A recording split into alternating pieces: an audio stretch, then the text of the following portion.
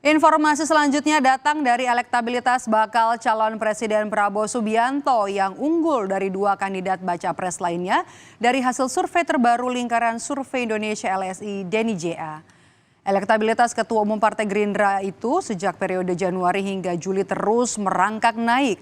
Prabowo kini berada di posisi teratas dengan menyalip elektabilitas Ganjar Pranowo yang sebelumnya berada di posisi pertama. Sementara nama Anies Baswedan masih stagnan di posisi ketiga.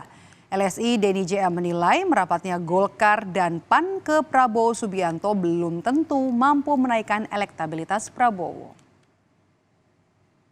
Jangan sampai terlena bahwa dukungan partai itu tidak seringkali tidak beriringan dengan elektabilitas yang diperoleh oleh capres itu sendiri.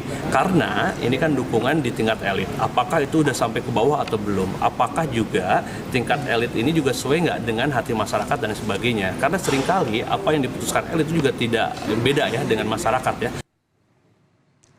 Berdasarkan hasil survei LSI Denny JA pada Juli lalu, elektabilitas Prabowo Subianto mencapai 38,2%, naik dari 34,3% pada Juni lalu. Disusul nama Ganjar Pranowo 35,3% dari sebelumnya 32,7% pada bulan Juni. Nah, sementara elektabilitas Anies Baswedan mengalami stagnan bahkan cenderung turun dari 22,1% pada Juni hingga kini hanya 8,1%.